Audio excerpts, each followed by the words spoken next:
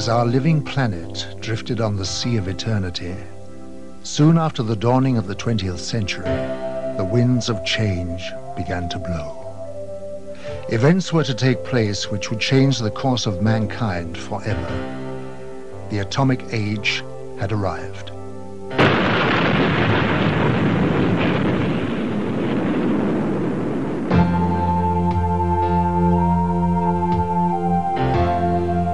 As man detonated weapons of immense power, lights started to appear in the sky in a way that suggested that something was following the course of events. The shattering thought imposed itself that we were perhaps not the only inhabitants of the universe. Since the beginning of civilization, we had been watching the stars, never dreaming that they, in turn, might be watching us. History was about to change.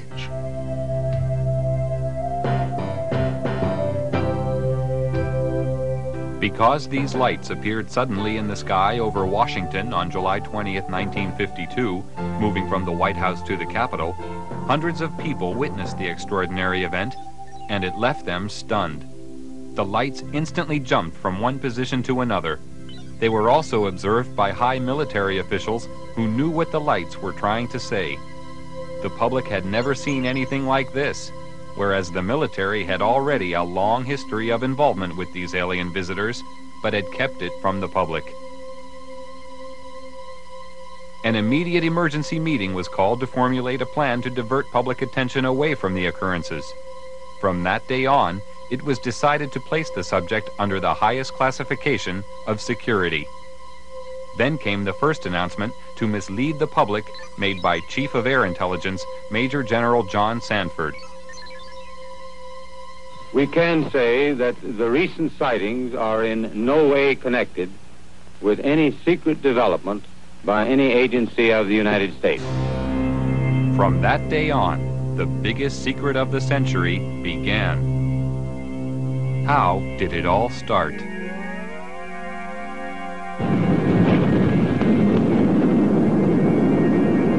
After the first atomic bomb was detonated, more tests were made of the effects on the environment and human subjects to gauge the degree of contamination unleashed.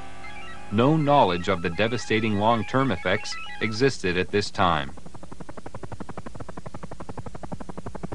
Here in New Mexico, an army base close to a small town called Roswell became the focus of attention on July 2nd, 1947, when Bill Brazel, a farmer, found a crashed disc-shaped craft on his land. The military arrived on the scene and quickly isolated the spot when they found debris scattered over a wide area. They also found 4 dead humanoid alien bodies who had been ejected from the craft. Because of many recent UFO sightings by the military, they accepted the existence of visitors from outer space who obviously possessed a technology which was far beyond our understanding. Now, for the first time, they had tangible evidence and were eager to learn its secrets. Roswell was the home of the 509th Bomber Wing, the sole American atomic bomber group.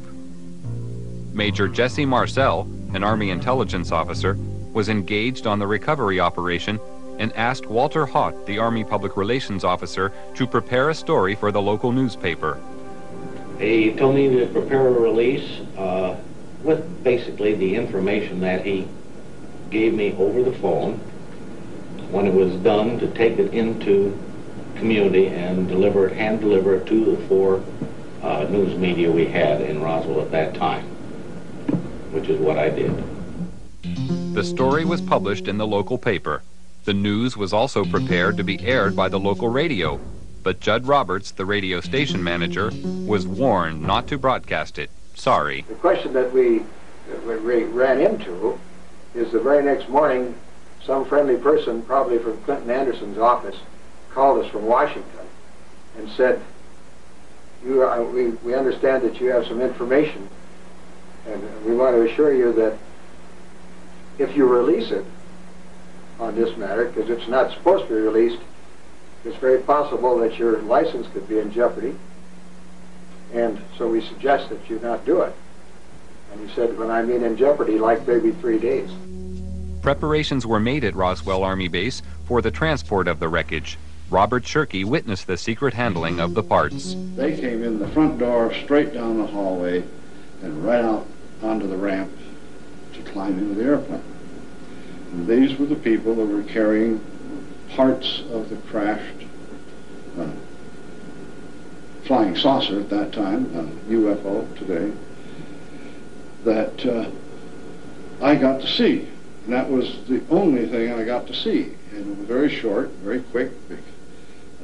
Colonel Blanchard, in order to get out of their way, had backed into the doorway of the ops office. And I stepped up to him and I said, "Colonel, turn sideways. I want to see too."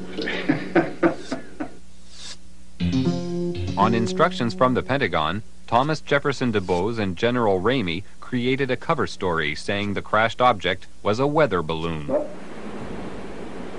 we used that in order to assuage the curiosity of the press. The wreckage was loaded back onto an aircraft and flown out under cover of great security and secrecy to Wright-Patterson Air Force Base. The pilot kept silent for several years, but informed his wife after the story appeared in a newspaper. I guess now that they're putting in the paper, I can tell you about this. I wanted to tell you for years. He said, "I want you to read this article because it's a true story." And I not only know that it's true, but I'm the pilot who flew the wreckage of the UFO to Dayton, Ohio. Wright-Patterson Air Force Base was considered the most technologically advanced research center in the United States. The wreckage of the Roswell crash was dismantled for analysis. The matter was considered of such importance that the orders came directly from President Truman. Under the cover of the CIA, Truman created a group called Majestic 12 for dealing with and covering up all information about UFOs. President Truman gave the task of handling UFOs only to the highest-ranking generals. After the Roswell crash, a special group of scientists was formed and facilities built to be prepared to deal with any further UFO crashes which would occur. Wendell Stevens was a lieutenant colonel in technical intelligence in the U.S. Air Force and is now a UFO investigator. Now having an extraterrestrial vehicle and some bodies in their hands, didn't know when the next one would come down, where they came from, what they were going to do about it. There were a lot of unanswered questions. And the United States was in a turmoil at the time administratively because we were shifting from a war economy and a military-industrial command structure to a civilian structure. So the military was still dominant, and they wanted to keep control of this until they knew what was happening. So they created, and remember, General Marshall was our Secretary of State at the time. He was a four-star, a five-star general. These people selected certain representatives from the military-industrial complex that they controlled, generals and admirals and certain scientists that worked with the military and worked with industrial planning. These men were designated as a task force to take charge of any event that followed. And one did. Almost a year later, on the 25th of March of 1978, the next one came down, 1948, the next one did crash, and it came down under observation by radar, so that we knew where it landed at the time that it struck the ground, and a helicopter was over it in less than an hour. It reported what it observed, and the plan generated by these people from the military-industrial complex after the Roswell crash was immediately put into place. All of the generals and admirals and advisors and scientists were contacted and ordered to proceed to a base in Colorado, where they were picked up and driven to the crash site. Now all of these men have gone to the scene to see for themselves what an alien vehicle looks like, and they were going to advise General Marshall directly, who was controlling everything from remote positions to telephones, on how to proceed. And when an operation is that big, you can't cover everything up. We discovered that the owner of the property where the vehicle came down was arrested in his house with his family, and they were kept in the house for 4 days, not allowed to go outside or anything. All the roads in the area were blocked. All access was closed.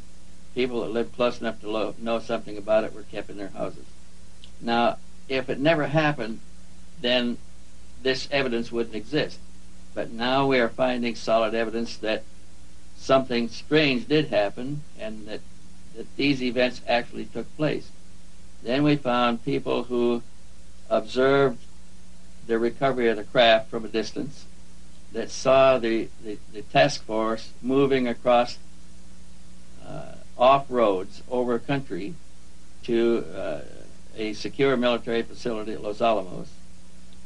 And with these leads, we were able to turn up other witnesses, all of whom had been sworn to secrecy by their superiors at the time they participated in these events.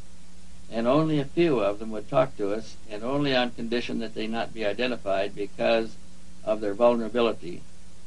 What happens in a case of violation of security oaths of this nature, they could lose all pay and allowances due or ever to become due. They could be imprisoned.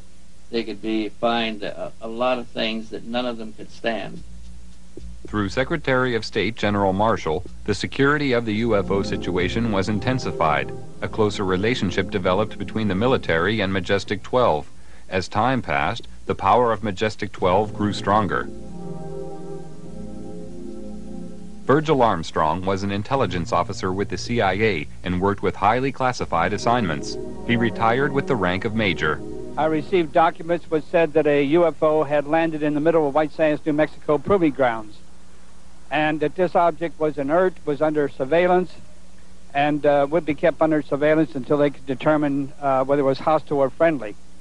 It later turned out that it was friendly in that the occupants were dead, and when we got aboard there were 5 bodies. The bodies were diminutive in size, in other words 3.5 feet. The largest one was just under 4 feet.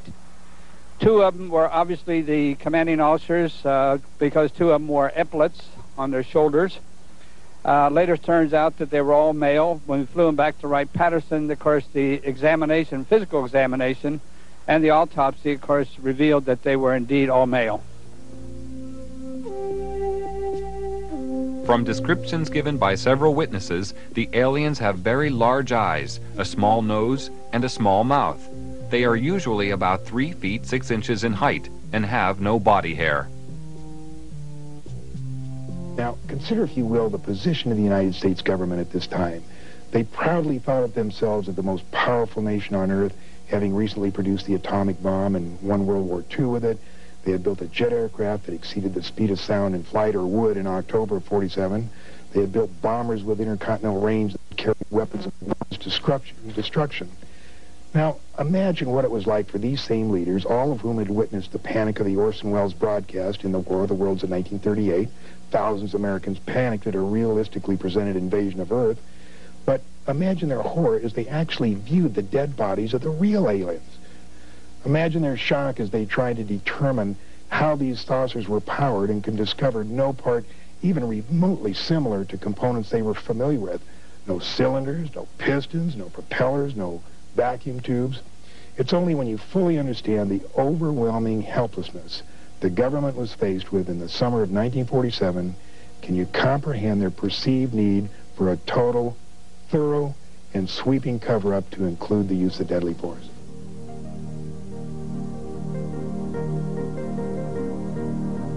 Increasing numbers of civilian witnesses reported seeing UFOs between 1945 and 1950. Among these, many reported personal contact with aliens who look exactly like us and had come in our best interest to guide us through our problems and warn us against taking the wrong direction. Many of our race already exist on your planet, living and working among you for the purpose of giving advice and guidance to a limited number of individuals with whom they make contact. The people contacted know we are among you, and have been chosen because of their awareness and understanding of the higher cosmic laws. Your society is not yet ready to be made aware of our presence, but as your evolution progresses, we will reveal ourselves. Your authorities persist in trying to entrap our kind with the purpose of obtaining knowledge for aggressive means. This cannot be permitted to occur, and is the main reason for our secrecy.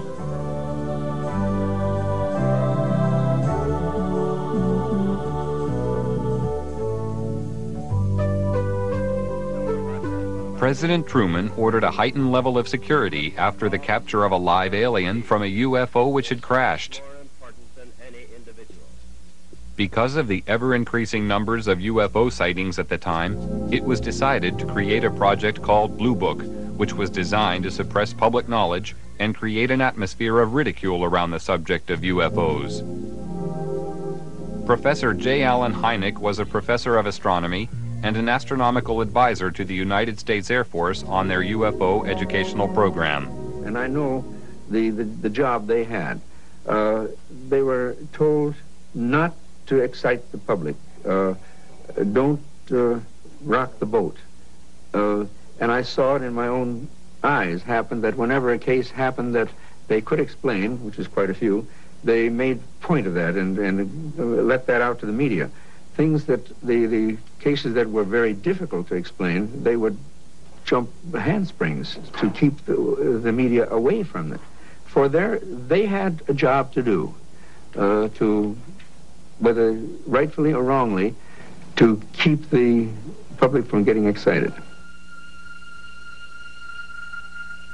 A live alien was captured in 1948 after a UFO crashed in America.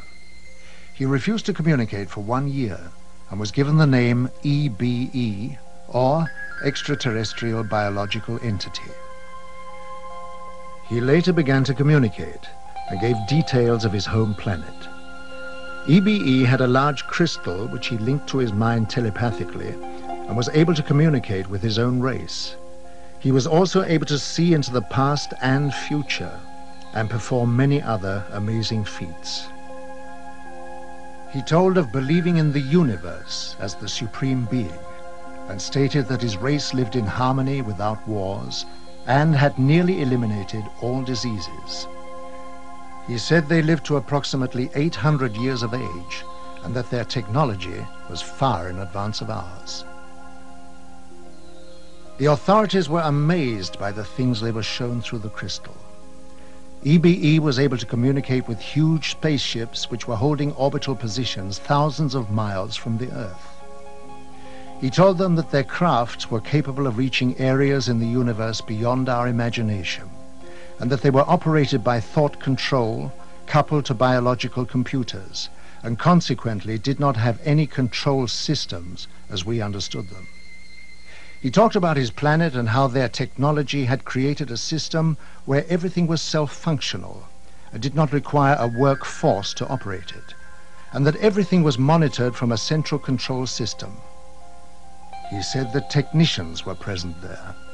He said their power source was eternal energy from the cosmos. He told them that his race didn't have a government like Earth, but a society governed by wise elders who sat in council to make decisions of policy. They did not have a monetary system because the needs of the people were catered for by the Federation, which made them all equal.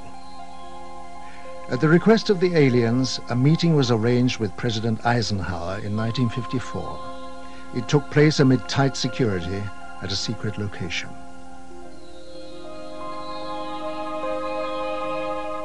At this meeting, negotiations took place regarding the permitted presence of the aliens on Earth.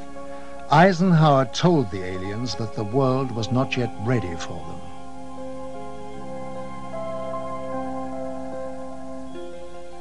Eisenhower witnessed an alien demonstration of technology and power at Muroc Dry Lake, which is now called Edwards Air Force Base.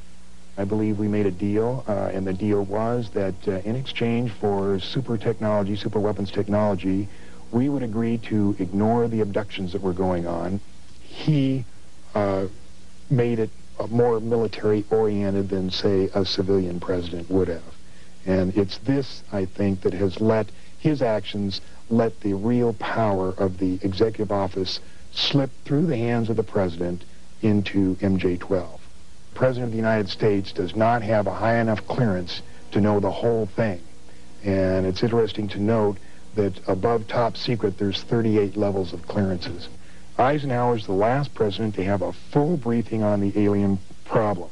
There was a disdain of elected officials throughout the intelligence and military communities, and they just didn't like elected officials. So every president since then has not had high enough clearance to know the whole problem. Now they know there's aliens, they know we've recovered saucers, and they know that we're trying to get technology. But there are certain other things which probably only about 25 people on the face of this earth know.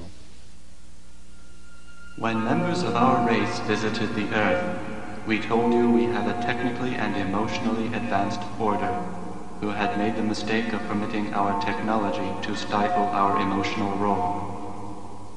Through the course of time, we had become totally devoid of any emotional instinct and were unable to experience love, hope, or joy. The result of this was a race which had become totally mechanical and had lost the reason for existence. We need help, and we looked to the human race for help, because we realized that all the higher emotions were still alive on Earth. We requested the facilities and material biological assistance necessary to transfer the DNA to our race, to assist us in evolving again. The loss of our emotions was a gradual process which came about silently, without us being aware of it, until it was too late.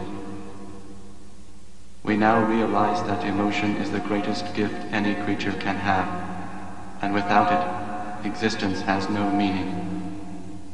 We need to feel the joy of love and beauty, and to be able to be happy or sad, or even cry and show affection to our own kind. To bring back the spirit of friendship and loving harmony to our world. It is rather problematic about talking or analyzing possible reasons for extraterrestrial visitors. What is the purpose? What are their intentions? If we speculate about the motives of extraterrestrials, we can only do it from a human point of view. However, we must really accept also the possibility that extraterrestrials are, from their mental makeup, from their psychological makeup, so different that motives cannot be compared. They may be completely unemotional in investigating human civilization. They may have no emotions like pity. They may have no emotions like happiness. So the speculation is difficult. When coming down to Earth, it ceases to be free space, with systems to monitor every move. I happened to see flying saucer on several occasions on the radar. I even intercepted with 4 jets in '55, and it was clear to me that the saucers we intercepted could hear what I told the pilots, because they reacted on my instructions to the pilots. It was one day when one of my people in the radar called me and said, "Major," I was captain at that, "Captain, we have something on the screen which passes with a speed of 18,000 kilometers per hour. Impossible. Nothing could fly with that speed. I went out there, yes. They were passing with 18,000 kilometers per hour. All of a sudden, after some while, they did not pass anymore. They were stationary around the field. And they came and they left without we could see it. All of a sudden they were there. All of a sudden when the sweep came around, they were gone. I contacted the operations officer and the station commander. They both came out and they wouldn't believe me. I said, "Give me 4 aircraft and I'll intercept them." Okay. Sometimes there were about 20 objects around the field, and sometimes we were down to a few. It was fog, and therefore a lot of people afterwards said, oh, it was inversion, but it was not. It's proven afterwards it could not be inversion, which is a meteorological phenomenon. So at 11 o'clock I had 4 jets at the runway, and at 11 o'clock the fog lifted so we could take off. And I ordered the 4 jets to take off. In that moment there was 12 objects around the field. And when I said you are cleared for takeoff to intercept unidentified flying objects, 10 of them went away. Right when the sweep came back, there was only 2 left. One 10 miles north of the field, one 15 miles south of the field. I sent the 2 aircraft to the north and the 2 aircraft to the south. 2 aircraft to the north came first, and I said, your boogie, which is the object, is 12 o'clock straight ahead. 12 o'clock, distance 5 miles, altitude unknown. Do we have it in sight? Gone. Came the next one. When it came up, I said, your boogie is 12 o'clock, range 5 miles, altitude unknown. Do we have it in sight? Gone. So it was clear they could hear what I said. But while the visitors monitor our every move with their superior technology, being technically advanced does not always ensure their own safety. This was proved by the UFO crash in the Kalahari Desert in 1989. One of the most documented cases of all time referred to a 60-foot wide spacecraft which was forced down on the border of South Africa. This craft impacted with the desert at high speed, causing a crater 450 feet in diameter and 36 feet deep. Official military documents reveal that the craft entered South African airspace at 1:45 p.m. on the 7th of May 1989 and was intercepted by 2 Mirage jet fighters. Because the craft failed to respond to communication, one of the fighters was ordered to attack the craft with an experimental laser cannon. This caused the craft to lose altitude and crash. After the craft was retrieved, it was removed to a secret Air Force base, and on arrival at this base, it was found a door had partially opened in the side of the craft. Hydraulic pumping gear was brought to the scene, and the door was forced open. When this was done, 2 aliens staggered out of the craft, and it was found that one appeared to be seriously injured. They were immediately arrested and removed to a medical centre, where a medical team was sent in to try to assist. The authorities at the scene entered the UFO, and hieroglyphics were found inside the machine, alien hieroglyphics of course, and various items of electronic equipment were also removed from the craft. The retrieval team from America arrived eventually, and the object plus the aliens were eventually taken by C-5 Galaxy transporters back to Wright-Patterson Air Force Base, where further analysis was taken on.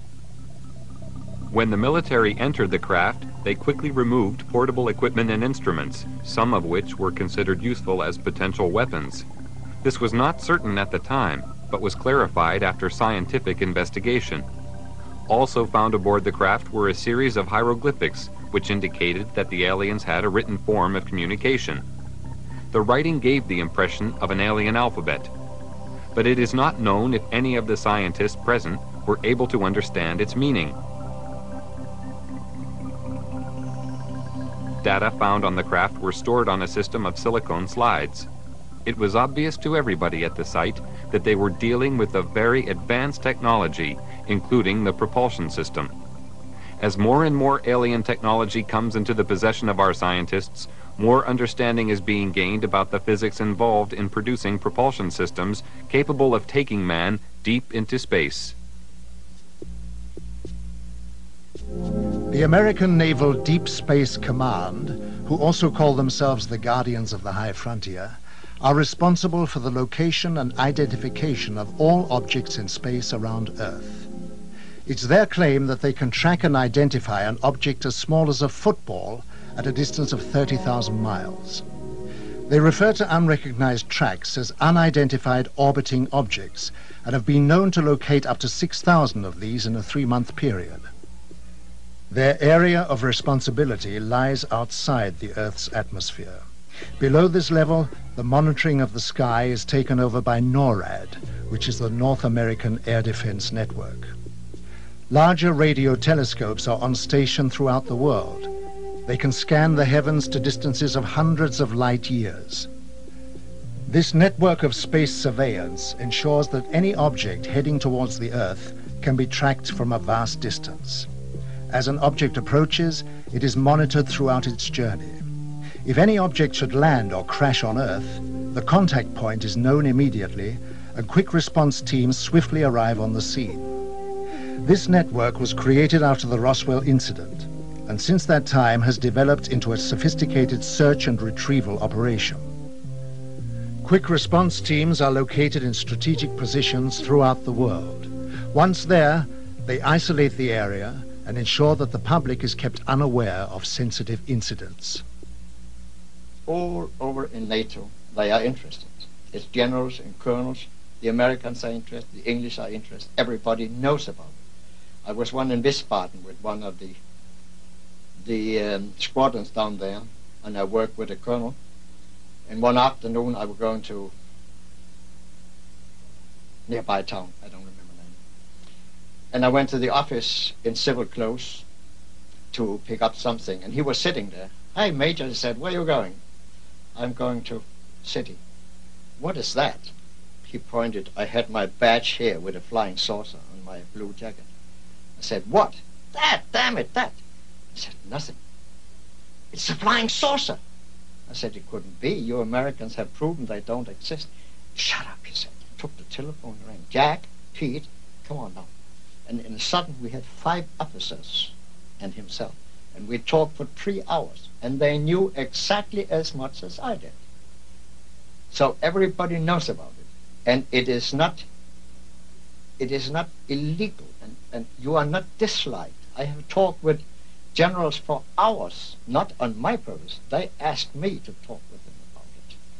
They have received my magazine, UFO Contact, for years. So they are interested, but since the public opinion is secrecy, they can't go any further. Although many years have passed since the beginning of the UFO era, the veil of secrecy has remained to keep the public uninformed. Despite the suppression of information, millions of people throughout the world are still seeing and reporting the presence of UFOs in our airspace. And many more millions are now firm believers in the presence of extraterrestrial flying machines. They know that UFOs exist. I think what has happened over the years, the government has lied so much that they have painted themselves into a corner, and it's almost impossible for them to tell the truth today. The biggest secret in the history of mankind, and the government is not going to let this out. There is no way to get anything out under the Freedom of Information Act. In Russia, the subject of UFOs is now out in the open. Marina Popovich is a retired Russian cosmonaut and fighter pilot. During her military career, she was twice awarded her country's highest military order, Hero of the Soviet Union. She is now one of Russia's leading UFO researchers. 10 years ago, people only made jokes about this subject. Now the attitude to UFOs is very positive.